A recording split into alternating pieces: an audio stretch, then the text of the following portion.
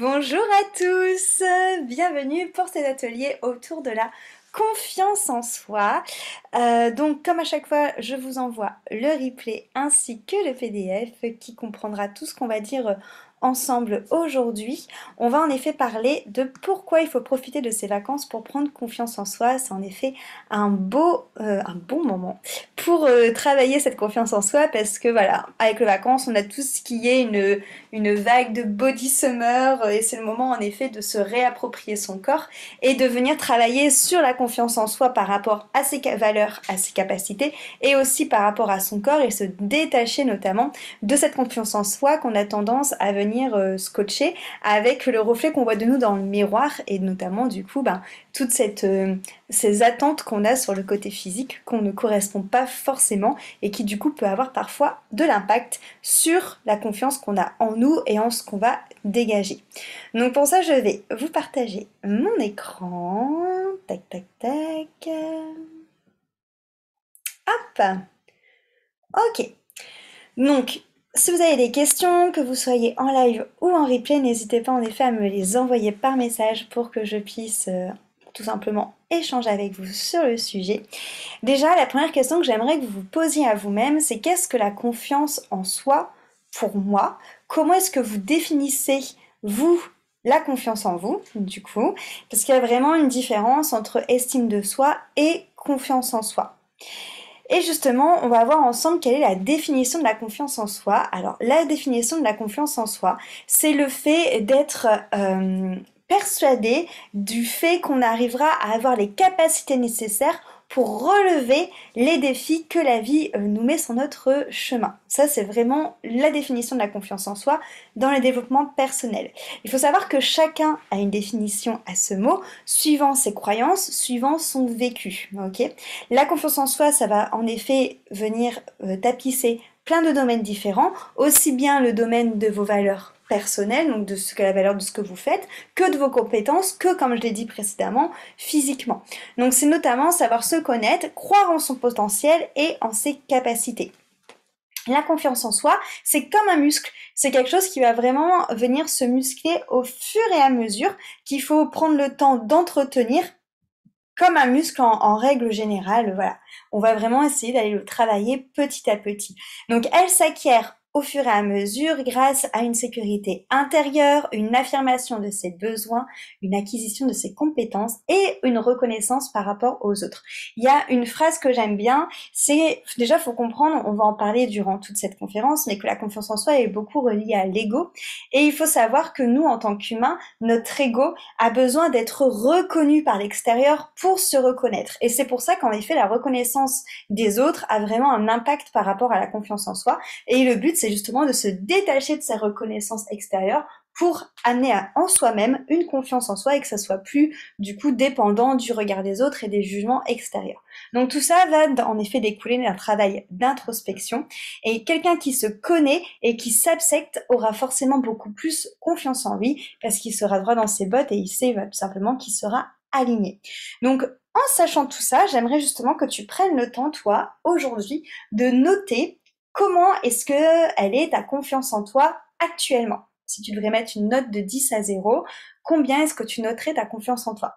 Sachant que, encore une fois, c'est quelque chose de vachement variable. Il y a des jours où, justement, il va faire super beau, tu vas être dans une good vibe et tu vas te dire « Oh, je me sens trop bien, je me sens super belle aujourd'hui, j'ai une méga confiance en moi. » Et il y a des jours où, au contraire, il fait moche, ou alors tu vas être réglée, tu te sens à fleur de peau, tu te sens toute gonflée et tout ça, où là, tu vas te dire « Oh, ma confiance en moi, elle est vraiment pourrie aujourd'hui. » On va justement voir qu'est-ce qui t'empêche d'avoir confiance en toi.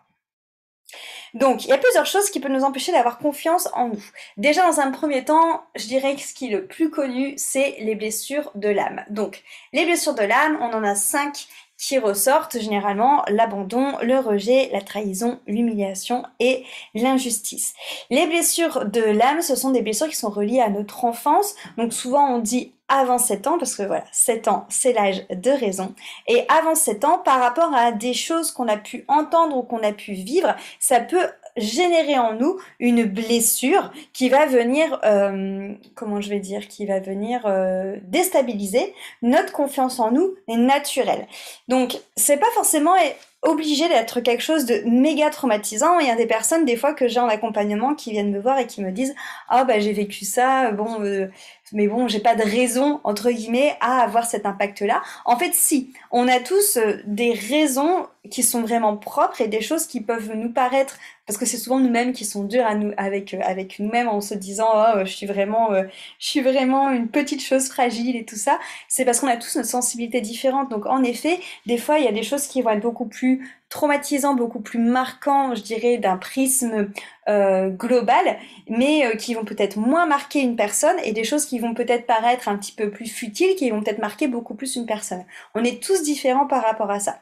Ce qui veut dire que, par exemple, un abandon, ça peut tout simplement être, par exemple, une mère qui avait dit à son enfant qu'il viendrait le chercher à 5 heures à l'école et que, problème au boulot, il reste à la garderie et elle vient le rechercher à 20 heures. Ça pourrait être une cause de blessure d'abandon. Donc encore une fois, il n'y a pas de choses de plus ou moins grosses en termes d'impact. Et c'est surtout qu'il ne faut pas culpabiliser aussi quand on est à la source de cette blessure. Souvent, ce qu'on dit en énergétique, c'est qu'une âme vient s'incarner sur Terre pour expérimenter une blessure, pour tout simplement pouvoir la transformer et prendre de la hauteur par rapport à ça. Donc si l'âme a choisi d'expérimenter cette blessure, toi en face, tu auras beau faire ce que tu veux, si elle est là pour expérimenter cette blessure, un petit truc pourra mettre le feu aux poudres pour que la blessure s'active. Comme par exemple une blessure d'humiliation, ça peut être aussi tout simplement, par exemple un enfant qui aime beaucoup jouer dehors et qui est tout le temps à mettre de la terre sur ses affaires et tout ça, et le parent qui à un moment lui dit oh tu t'es encore sali comme un petit cochon. Voilà, ça peut très bien amener une blessure d'humiliation, quelque chose dans ce genre.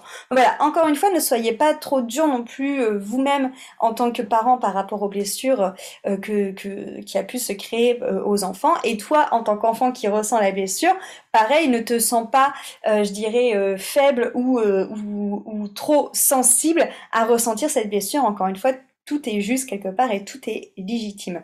Donc ces blessures-là, on peut les avoir en effet avant 7 ans, et quand je dis qu'on peut les avoir aussi avant 7 ans, ça veut dire qu'elles peuvent aussi venir de mémoire in utero. C'est carrément possible de ressentir par exemple une blessure de rejet ou d'abandon quand on est dans le ventre de la mère par rapport par exemple si la mère a des questions de avortement ou des questions d'adoption ou des choses comme ça. Ok. Après, on va avoir tout ce qui est l'impact karmique des vies ou des vies antérieures. Donc ça, c'est des choses que vous avez vécues avant de votre incarnation. Donc là, c'est des croyances qu'on a en spirituel, qu'on a aussi avec tout ce qui est dans la religion indienne, cette notion d'avoir plusieurs vies. Et du coup, des fois, on peut avoir en effet des blessures qui vont vraiment nous impacter par rapport à ça, dans ce qu'on a vécu avant, qui peut être la cause de ce qu'on vit actuellement, notamment dans les blessures de l'âme. Alors, moi, je le travaille vraiment quand ça vient à moi lors d'un accompagnement avec les coachés. Je n'aime pas aller voir les vies antérieures pour dire d'aller voir les vies antérieures, ou le karmique pour dire d'aller voir le karmique, parce que ça, souvent, c'est de l'ego qui a envie de voir si dans une vie antérieure, il n'était pas Jeanne d'Arc ou le petit-fils de Dark Vador. Donc c'est souvent l'ego qui a envie de se donner une importance spéciale, un peu de reconnue. Et c'est surtout aussi parfois l'ego qui a envie de se dédouaner de sa responsabilité dans sa vie-ci en prenant une excuse de quelque chose qui est déjà passé. Donc c'est pour ça que moi, pour le coup, j'aime pas trop aller voir ça, à part si ça vient naturellement à moi et qu'il y a une vraie raison d'aller transformer quelque chose dans les vies antérieures. Faut pas oublier qu'on s'incarne ici et maintenant dans le présent, et que du coup, ça sert... Enfin, c'est pas que ça sert à rien, mais le but, c'est pas d'aller travailler dans les vies passées. Les vies passées, comme son nom l'indique, sont passées, même si elles ont un pouvoir peut-être sur des choses qui t'influencent maintenant. Le but, c'est vraiment de travailler sur ton toi de maintenant. Ensuite, ça peut avoir les blessures ou les peurs qui vont être engendrées par certaines relations ou certaines rencontres, même si, encore une fois, ces relations et ces rencontres vont tout simplement appuyer sur la blessure de l'âme que tu avais de base, et ça va venir quelque part la nourrir pour que tu comprennes bien qu'il faut que tu la travailles. Les relations miroirs, c'est pareil, ça est dans le même délire. Les relations miroirs, c'est le fait d'avoir en face de toi une personne qui va venir te projeter quelque chose en toi que tu n'as pas envie de voir, ou que tout simplement tu as déjà travaillé et que tu sais qu'elle est là mais que ça te dérange. Peu importe, c'est quelque chose qui va venir te mettre en matière des choses qu'il faut travailler sur ta confiance en toi. Et ensuite, toutes les histoires que l'on se raconte par rapport à nos croyances, là, pour moi, les choses à travailler quand on travaille en développement personnel sur la confiance en soi, c'est surtout ça qu'il faut aller voir. C'est toutes les histoires que tu te racontes. Qu'est-ce que j'entends par là? C'est que souvent, on va entendre des choses peut-être qu'on a dit sur nous pour X ou Y raison par rapport à des croyances. Par exemple, le fait qu'il faut pas il faut pas trop se la péter parce que c'est pas bien. Donc, on peut avoir dans notre entourage des personnes en effet qui ont cette croyance-là et qui vont nous le dire en essayant en effet de nous rabaisser ou toujours en nous disant bah ne fais pas ça, te la pète pas, ou tu vas avoir une grosse tête, ou tes chevilles elles vont enfler, nanana, nanana, nanana. Et à force d'entendre ça quand on est enfant, dû à notre cercle proche qui lui-même a entendu ça de ses parents et ainsi de suite, donc on est un peu sur du transgénérationnel, nous, ça va nous créer nous-mêmes des croyances sur nous-mêmes. Donc, qu'est-ce que ça veut dire? Ça veut dire que la croyance, ça va être ah ben j'ai tendance à me la péter, et du coup on va se monter des histoires autour de ça. Par exemple, ah cette personne-là peut-être qu'elle m'aime pas parce qu'elle trouve que je prends trop de place, ou ah il faut pas que je parle trop de moi parce que du coup je vais justement trop briller, je vais écraser les autres et du coup je vais me la péter. Voilà, c'est toutes ces choses-là, toutes ces histoires et toutes ces croyances qui pour moi sont vraiment des choses qui sont à démanteler pour travailler sur la confiance en soi et surtout la cultiver. Ensuite, on va avoir ce qu'on appelle les drivers au niveau du mental qui vont là aussi avoir un impact sur la confiance en nous. Donc, comme je l'ai dit, là, on va être autour de l'héritage familial, de transgénérationnel, l'éducation, la société et ses codes. Parce que dans notre société, il y a une sorte d'ambivalence au niveau de la confiance en soi. C'est que c'est bien d'avoir confiance en soi, parce déjà, on en a besoin pour créer des choses et que c'est tout de suite mis des fois en avant. Mais par contre, quand on a trop de confiance en soi, on va plutôt se faire taper sur les doigts en mode celui-là il se la pète, nana. Donc il y a une sorte de chose dans la société où la confiance en soi, elle est un peu le cul entre deux chaises en fait. Du coup, c'est ça qui est dur aussi de se placer et de se dire ok, c'est bien que j'ai confiance en moi pour pouvoir réaliser des trucs cool dans ma vie, mais en même temps, est-ce que je vais pas être rejetée si j'ai trop confiance en moi? Parce que quelque chose qui est hyper important pour l'être humain en règle générale, c'est le symbole d'appartenance. Ça remonte à Mathusalem. C'est cette notion de vouloir appartenir du coup à un groupe. Donc c'est super important pour l'homme inconsciemment d'essayer de faire des choses qui ne vont pas le désolidariser du groupe. Et ensuite, on a les drivers qui vont nous être principalement implantés, programmés, je dirais, par en effet l'éducation et l'héritage familial, qui sont soit vite, n'importe quoi, fais vite, sois parfait, fais des efforts, sois fort ou fais plaisir. Ces drivers-là, on peut avoir les 5, on peut en avoir que 1, que 2, que 3. Comme les blessures, hein, c'est pareil, hein, vous pouvez en avoir une, vous pouvez avoir le jackpot, vous pouvez tout avoir. Ça, c'est des choses qu'on va entendre régulièrement quand on est enfant, typiquement quand vous êtes en train de lasser vos lacets quand vous êtes enfant et qu'il y a le parent qui dit allez, dépêche-toi. Voilà, là, ça peut faire naître, par exemple, un fais vite. Le fait des efforts, c'est par exemple cette notion de ramener des bonnes notes à l'école et d'avoir quelqu'un de votre entourage qui vous dire ah, t'as pas eu 18 ou ah, t'as pas eu 20. Voilà. C'est toute cette notion-là. Fait plaisir, c'est cette notion de, ou soit parfait, c'est un peu pareil, c'est cette notion de vouloir toujours être l'enfant prodige et de toujours vouloir se décarcasser pour faire toujours plus et toujours être être le meilleur. Donc voilà, il y a aussi tout ça qui va appuyer sur notre confiance en nous parce qu'en effet, si on a par exemple un fait des efforts, un soit fort, un fait plaisir ou peu importe, ça va en effet aussi jouer sur notre rapport à notre confiance en nous.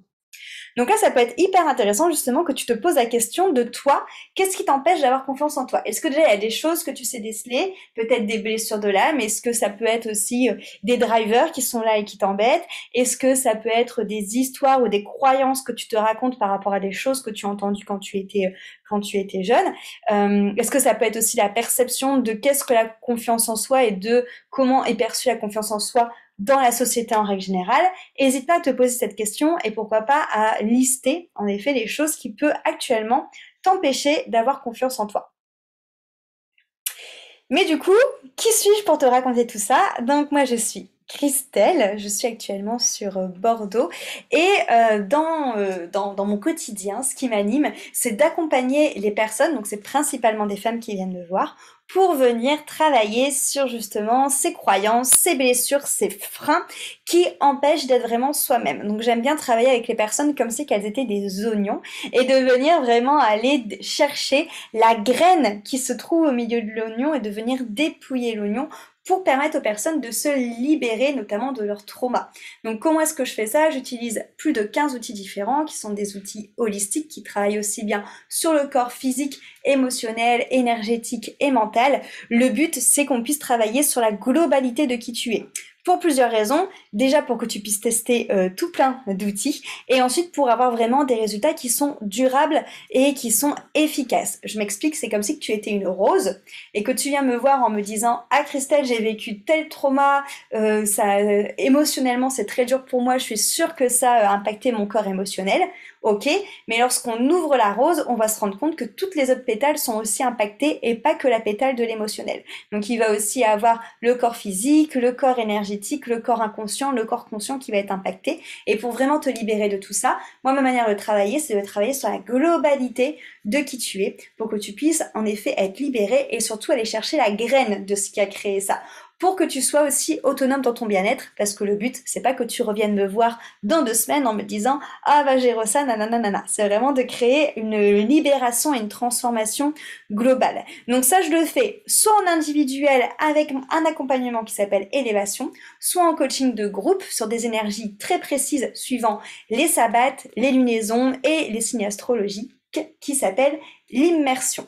Voilà, c'est vraiment ce que je fais tous les jours et qui me plaît énormément avec énormément de transformations qui sont suite à ça. On va voir du coup quel est le rôle de l'ego dans la confiance en soi. Donc je t'en ai parlé un petit peu. L'ego, en effet, c'est celui qui va vraiment être l'acteur numéro 1 en rapport avec ta confiance en toi. L'ego, il a un peu deux facettes, deux masques. Alors, moi, pour le coup, je ne fais pas partie de ces thérapeutes qui te disent qu'il ne faut pas d'ego. Je pense que l'ego est nécessaire et qu'on est obligé de le garder et surtout d'en prendre soin. Il faut juste qu'il soit à sa place. Pourquoi? Parce qu'on a deux masques à l'ego. L'ego protecteur, et c'est en ça qu'il est important de garder un ego, parce que c'est l'ego qui va lui taper sur la table quand les personnes en face de toi ne te respectent pas. Donc, comment ça se passe quand on grandit et qu'on construit sa personnalité? On travaille d'abord sur la sécurité intérieure. Ensuite, on va venir définir nos limites, on va venir définir qu'est-ce qui me plaît, ce qui me plaît pas, ce qui est ok pour moi, ce qui est pas ok pour moi, ce qui vibre pas. Et l'ego, il est au-dessus et c'est lui qui va justement venir taper le poing sur la table quand la personne va dépasser ta limite. Donc l'ego, il sert vraiment à toi te respecter et aussi à te faire respecter des autres.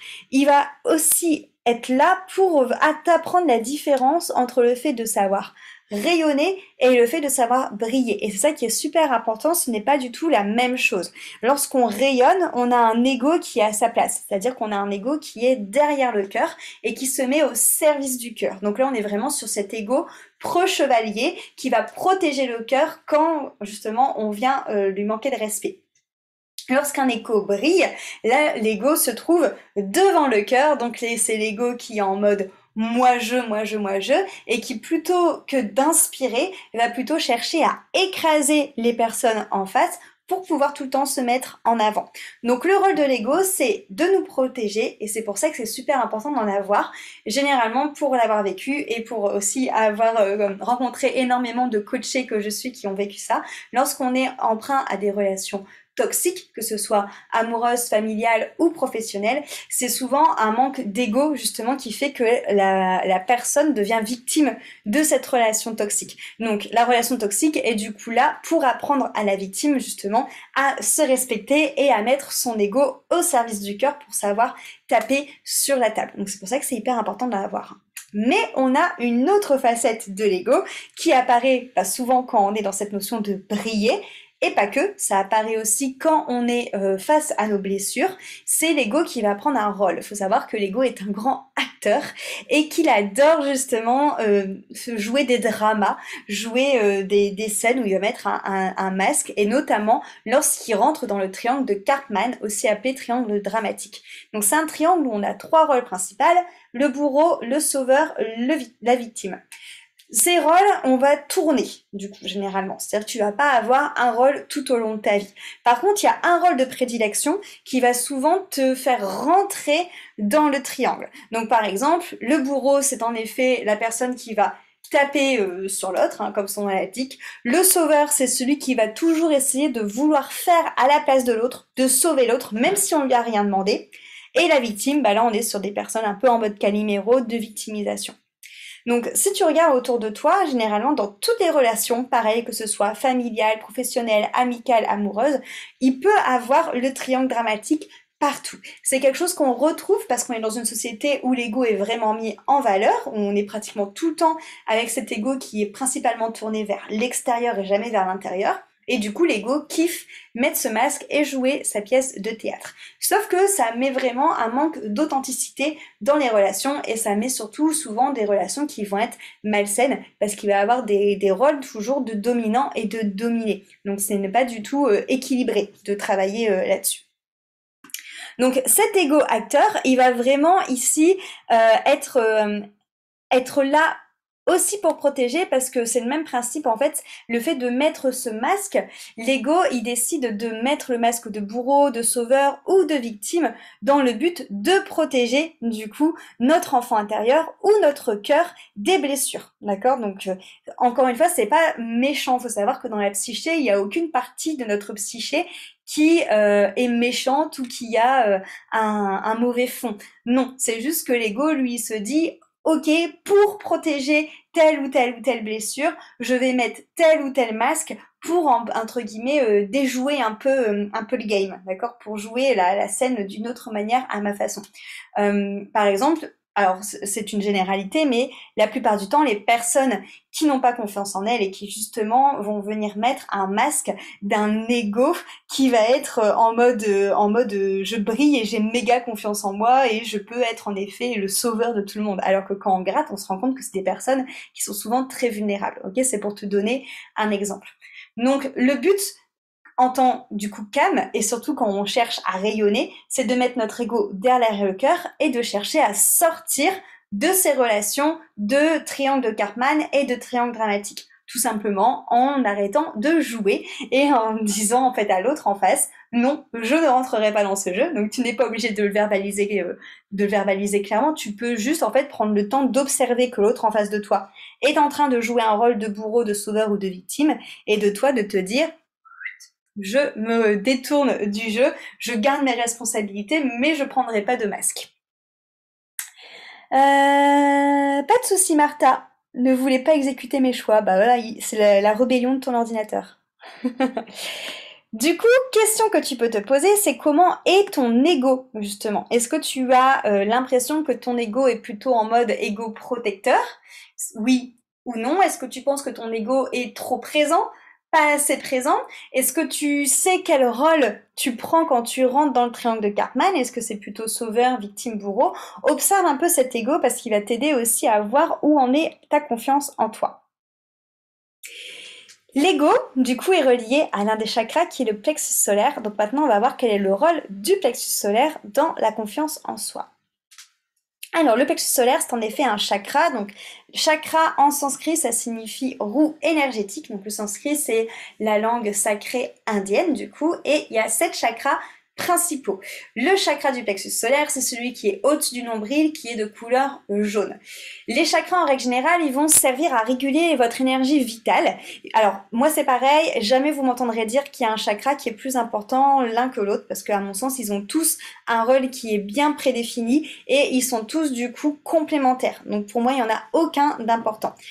Enfin, aucun important plus que l'autre, parce que par contre, ils ont leur rôle qui est important pour réguler le mental, notre physique et nos émotions. Okay, donc, ils permettent vraiment le bon fonctionnement de la globalité de qui tu es.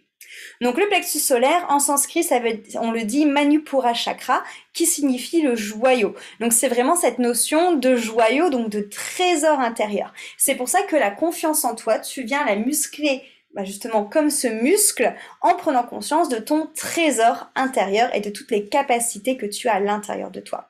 La couleur du plexus solaire, c'est le jaune. Et donc les mots-clés, on a ego, la joie, la vitalité, le rayonnement, le pouvoir personnel, la confiance, l'amour et l'estime de soi. mais aussi le côté individualiste et l'expérience du moi dans l'individualité. En gros, moi, ce que j'aime bien faire dans les chakras, c'est vraiment imaginer que c'est comme si qu'on avait un hôtel à l'intérieur de nous et que chaque étage de l'hôtel, il y a une partie de notre psyché qui réside dans un chakra et donc l'ego réside dans le plexus solaire. Donc, quand on a un chakra, alors un chakra n'est pas fermé ou ouvert, hein, il va juste être déséquilibré. Donc on peut avoir des déséquilibres dans les deux sens. On peut avoir un déséquilibre dans le fait d'avoir en effet un ego qui est trop présent et qui va prendre trop de place et qui va passer au-dessus du cœur, donc qui va briller. Et on peut aussi avoir au contraire un ego qui va être, donc un chakra du plexus solaire, qui va être très faible et qui ne va pas être là présent pour se défendre et pour taper du poing sur la table. Donc le but c'est d'avoir un chakra du plexus solaire et un ego bien équilibré qui se trouve derrière le cœur, prêt à défendre et qui n'a pas peur de prendre sa place et de briller. Donc, lorsqu'on a des soucis, des déséquilibres au niveau du chakra du plexus solaire, on va associer ça au besoin de reconnaissance, au manque de confiance en soi ou d'estime de soi, à l'apitoiement, à la peur de l'autorité et du conflit, au complexe d'infériorité, à la peur d'agir, au stress et à la difficulté à avoir son identité, c'est-à-dire à une difficulté d'assumer son individualité dans le groupe. Donc pourquoi est-ce que c'est important d'oser avoir confiance en soi pour devenir une queen pour la rentrée? Donc déjà, comme je te l'ai dit, c'est important de prendre ce temps justement de l'été. Alors faut savoir qu'en énergétique, les saisons de printemps, d'été sont des saisons où on va être tourné vers l'extérieur, où on a beaucoup moins cette notion d'introspection et d'intériorisation qu'en automne ou en hiver. Donc du coup, comme c'est des saisons où on est tourné vers l'extérieur, c'est des saisons justement où notre ego est beaucoup plus présent et beaucoup plus pompé up, tout simplement parce qu'il y a des interactions sociales. Et les interactions sociales, c'est l'ego, en règle générale. Ok, alors, il y a des interactions sociales de cœur à cœur et de âme à âme, mais dans un premier temps, c'est l'ego qui se montre toujours pour tisser des liens, pour voir un peu toujours cette notion de protection. Ok, disons pour la plupart des personnes, pour je dirais 90% des cas. Et du coup, cet ego, il va être là et tu vas avoir à la fois le regard des autres qui va pouvoir travailler sur ta confiance en toi et aussi, comme je te l'ai dit, ce rapport à ton corps. Parce qu'en effet, l'été, c'est aussi ce moment où on se dévoile un petit peu plus au niveau du corps, où il y a une pression avec le summer body et tout le tralala là, et que du coup, ça peut carrément jouer sur ta confiance en toi. Donc c'est le beau moment justement pour prendre du temps pour toi quand tu es sur ton transat, pour travailler sur ta confiance en toi et pour justement réussir à prendre confiance en tes capacités, à prendre confiance en tes pouvoirs, j'ai envie de dire, pour qu'à la rentrée, justement, ou quand tu reprends le travail, ou peu importe à n'importe quel moment, que petit à petit, tu saches muscler ce muscle et tu deviennes une queen pour pouvoir prendre ta place et oser faire ce que tu as envie de faire en rayonnant. Pour ça, j'ai créé une immersion. Donc cette immersion s'appelle Break. Alors c'est une immersion qui est vraiment différente des autres parce que ça va durer 21 jours. Donc c'est 21 jours de vidéos que j'ai préenregistrées. Donc ça te permet d'avoir de l'autonomie et de pouvoir regarder ces vidéos quand tu veux. Elles durent généralement entre 10, 15, 20 minutes, donc c'est facilement calable sur le transat. Et en même temps, tu n'es pas toute seule, tu es accompagnée parce qu'à côté de ça, j'ai créé un groupe de discussion, donc où je suis là pour répondre à tes questions et où toutes les sorcières qui ont cette même thématique que toi, cette même chose qu'elles ont envie de travailler de toi, sont là aussi pour que tu puisses échanger avec elles. Donc Break, c'est vraiment 21 jours pour apprendre à prendre du temps pour toi, pour te ressourcer, à couper avec le quotidien pour apprendre à être dans le moment présent et surtout à venir travailler le lâcher prise, la gestion du stress et la confiance en toi. Tout ça est extrêmement lié, donc c'est vraiment un voyage que je t'invite à faire. C'est-à-dire qu'on commencera par travailler sur le lâcher prise, ensuite on travaillera sur cette notion d'appréhender le moment présent, pour ensuite aller dans cette notion de confiance en soi, de gestion du stress. Tout est vraiment très lié et ça, je t'y emmène par étapes, à la fois par du coaching, des transmissions théoriques, mais énormément par des exercices du coup de développement personnel que tu devras faire jour après jour. Dans le principe, c'est un peu comme si tu retrouvais les carnets de vacances qu'on avait quand on était enfant, tu vois. Et donc tu fais tes petits exercices tous les jours, tu me les envoies sur le groupe pour que nous toutes on puisse interagir dessus, regarder ce qui se passe. Et ensuite tu as également la possibilité d'expérimenter du yoga, du breathwork, de faire du yoga nidra qui est de l'hypnose, des méditations, de créer tes routines. Donc voilà, c'est pas que de la théorie, il y a aussi beaucoup de pratiques pour que ça puisse diversifier un petit peu. Donc on va vraiment travailler sur plein de clés que je vais te donner, c'est quelque chose de très complet. Je t'ai mis ici le déroulé de l'immersion qui dure 21 jours, donc qui est sur juillet-août, donc tu peux commencer les 21 jours quand tu veux. Personnellement, j'ai fini de créer le contenu cette semaine et je suis très fière du contenu qu'il y a dans cette immersion. Elle est vraiment très très riche et je pense qu'il va avoir vraiment de belles transformations suite à ça. Je sais qu'il y a Martha qui est dedans, qui a déjà fait les 2 premiers jours. Je sais pas si t'as avancé Martha, mais qui a dit dans les commentaires justement du groupe Telegram que les 2 premiers jours étaient déjà bien challengeant et costaud en termes de questions. Donc voilà, encore une fois, immersion, c'est vraiment cette notion, si tu as envie de te servir de ce moment de l'été où on ralentit, où on prend du temps pour soi, pour justement travailler le lâcher prise, la confiance en soi, le moment présent, qui entre nous sont vraiment des concepts qu'on entend beaucoup en développement personnel, mais qui paraissent hyper flous parce que on entend toujours mais lâche prise, mais ça dans le moment présent, mais concrètement, qu'est-ce que ça veut dire, comment on fait? C'est hyper flou, donc au moins avec Break, je te donne les clés pour que ce ne soit plus flou. Donc je t'ai mis toutes les infos de Break dans ce petit PDF. Tu peux rejoindre le programme quand tu veux, c'est avec plaisir qu'on t'accueillera les bras ouverts.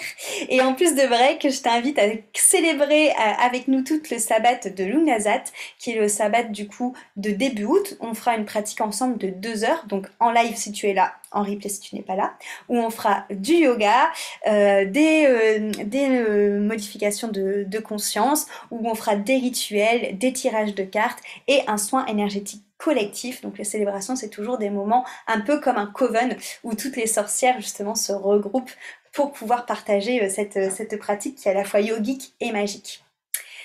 Alors, Martha dit qu'elle n'a pas avancé, mais déjà les premières vidéos sont top et il y a du travail. Enfin, j'ai du travail. Ouais, trop bien.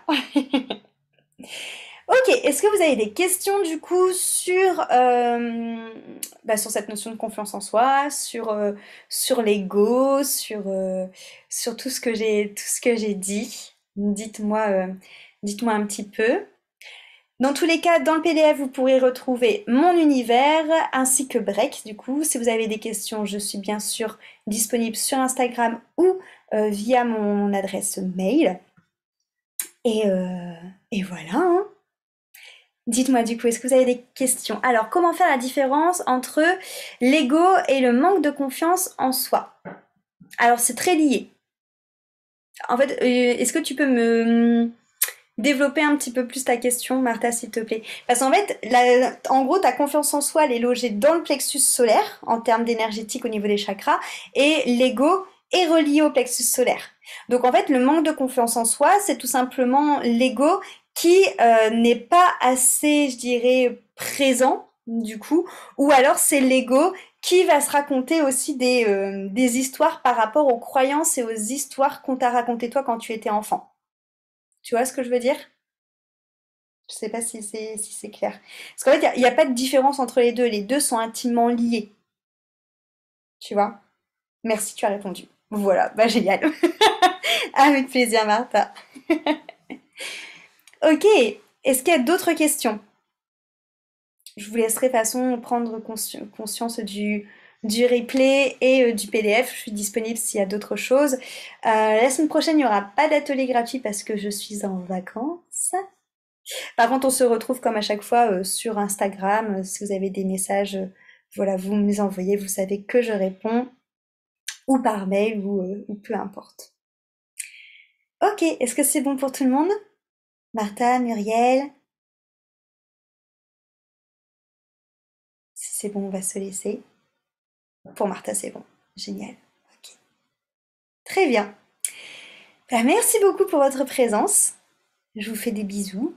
Et puis à très très vite. Ah, il y a Martha Alors, je suis toujours contente même si cela est court. Bon, ben tu pourras regarder le replay parce que je pense que tu auras beaucoup de réponses à tes questions dans le replay aussi, dans le début du replay. Voilà. Puis après, tu m'envoies un message, Martha, de toute façon, si jamais t'as d'autres questions. Je vous fais de gros bisous, passez une belle soirée.